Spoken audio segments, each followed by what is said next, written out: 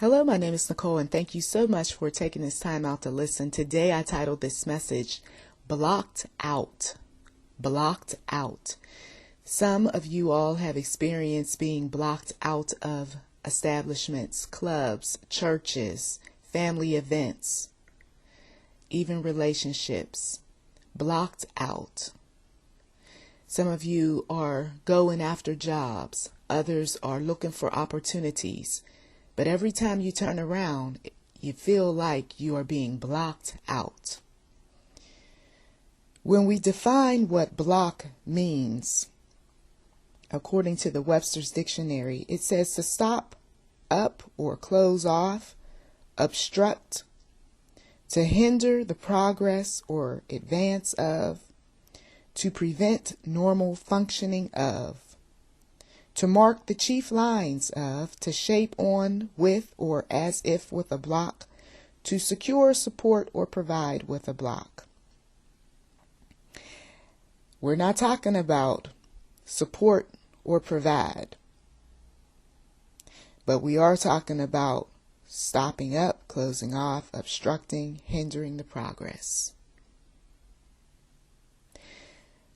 Some of us have gone out and talked with different individuals about organizations, opportunities, jobs, even money. But over time, you get the feeling that your conversation, your attempt to reach out is just not working with certain groups or with certain people because there's a hindrance of progress. So you start thinking to yourself, what is it that is keeping me out of this particular group? What is it that is keeping me from establishing connection? What is causing the disconnect? Some of you quickly learn that you are not the right ethnicity. Others learn that you are not the right social class. You have those individuals who say you don't belong in our group because you are not a part of a sorority or a fraternity. We can't accept you because you don't have a certain degree. And then even if you get that degree, well, we still can't accept you because of your last name.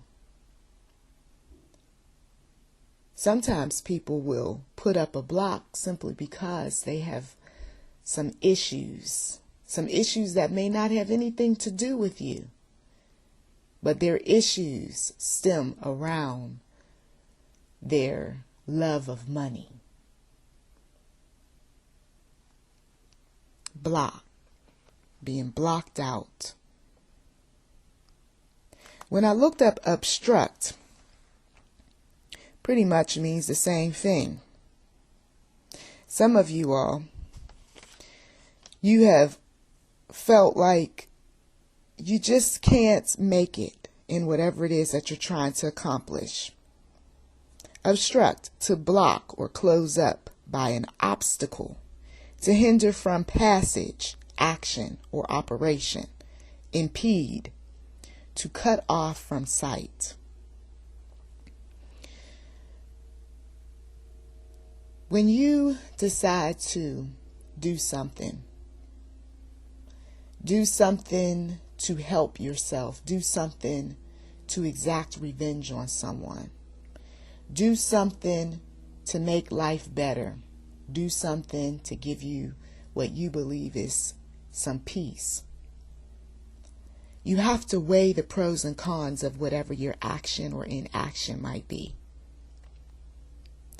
You could be your worst enemy while you're thinking about the enemies, while you're thinking about the haters. You could be your worst enemy. You could be the one that blocks or obstructs your own progress.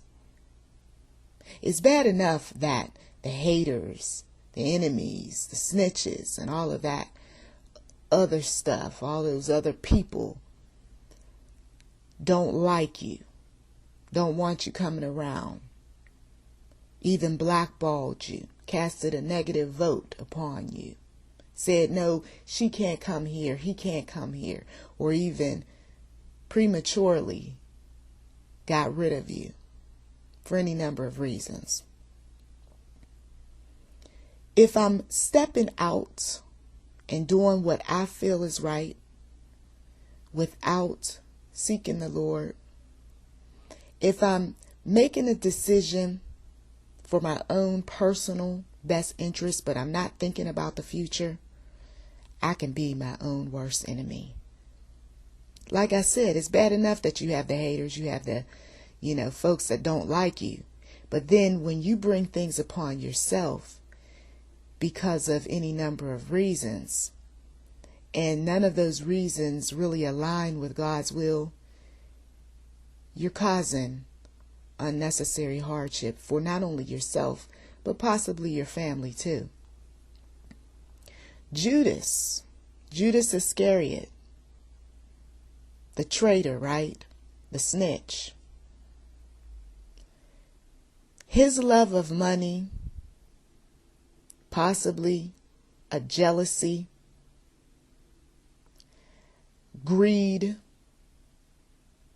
his personal dissatisfaction, possibly with those people that he was walking with in addition to Jesus. And of course, protecting himself because he saw the future and he knew eventually that this man was going to get us in trouble. So I'm going to block some things. I'm going to obstruct some things. I'm going to stop progress. And so he makes a deal. And he sells Jesus out for 30 pieces of silver. I know sometimes we don't think that a love of money is anything big. It's not harmful. It doesn't hurt. It's, just me wanting what's best for myself, right? But there is something dangerous about it.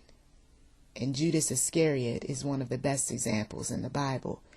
A love of money, plus, let's say in your particular situation or someone else's, there's some revenge there too, equals being blackballed, blocked, kept out of certain groups. You've got to look at the bigger picture before you step out wanting to do certain things. The immediate satisfaction might be just around the corner, but what's the bigger picture? Folks start talking. This one, he sued me. Did he? Mm-hmm. Well, we can't take a chance because he just might sue us too. This one right here, she's a troublemaker. What do you mean she's a troublemaker? Well, she ended up telling a whole lot of people about some things that we were doing. Yeah. And in the end, all she wanted was some money. Oh, and that one right there? No, you don't want to connect with that one. Well, what's wrong with them? I mean, what's wrong with the group or him or, I don't understand. Why? Well, it turns out that he ended up enlisting the help of some competitors in order to overthrow the group that he worked for. Are you kidding me? No kidding here.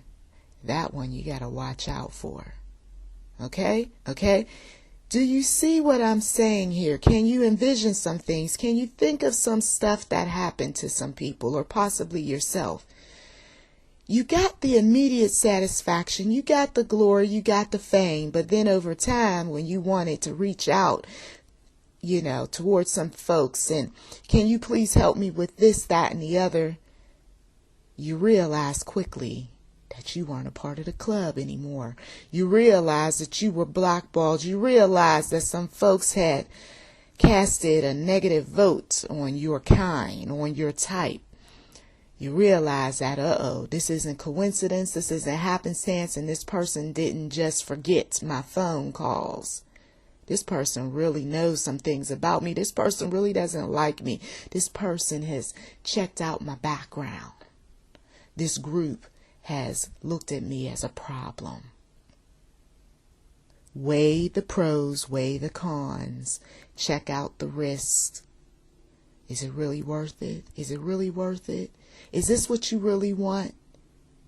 Some folks, they love what they do. They're very passionate about what they do.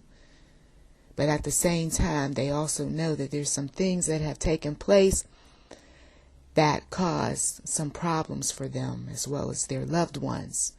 But you got to weigh the pros and cons. You got to look at your passion. You got to look at the industry that you're part of. You got to look at the club. You got to look at the organization and the church. And is the overall cause more important than getting your immediate needs met?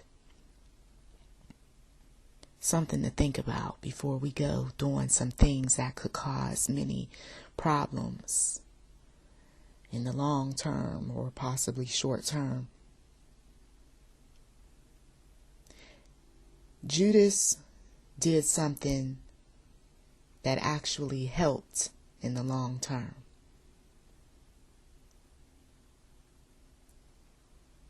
But some individuals are doing some things that's going to hurt them in the long term. I suggest that you spend more time praying before you make a move. You spend more time looking at the big picture. You take a look at who the players of the game are. And sooner or later you'll hear about justice being served in your situation, and you didn't have to do too much of anything. The Lord does give, but the Lord also takes away. The Lord also will allow the enemy to do some things to teach us a lesson or two about our personality, about how we treat others. And he will also show us that he has a path for us that he wants us on. And it's not going to be business as usual. So sometimes people can be fighting for something that God is saying, your time is over. This isn't what I have for you anymore.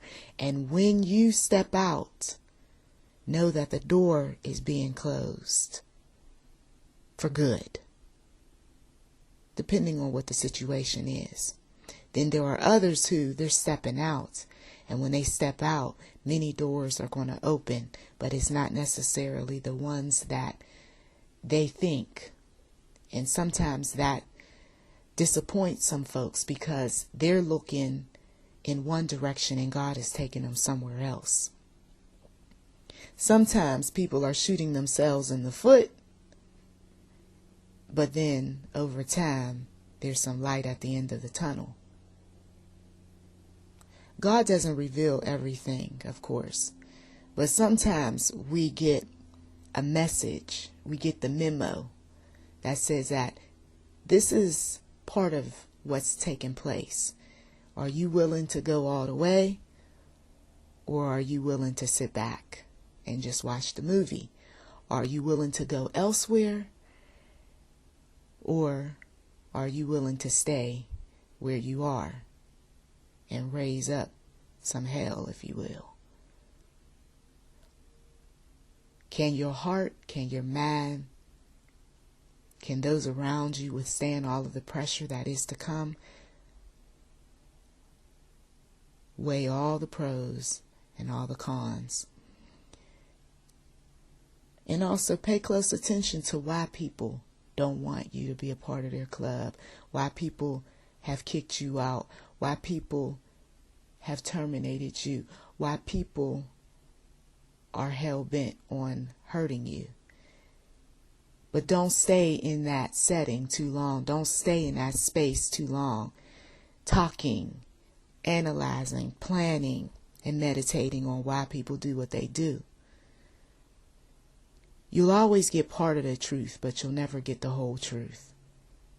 And sometimes a lot of it isn't personal. It's just business. I thank you so much for taking the time out to listen, and to God be the glory.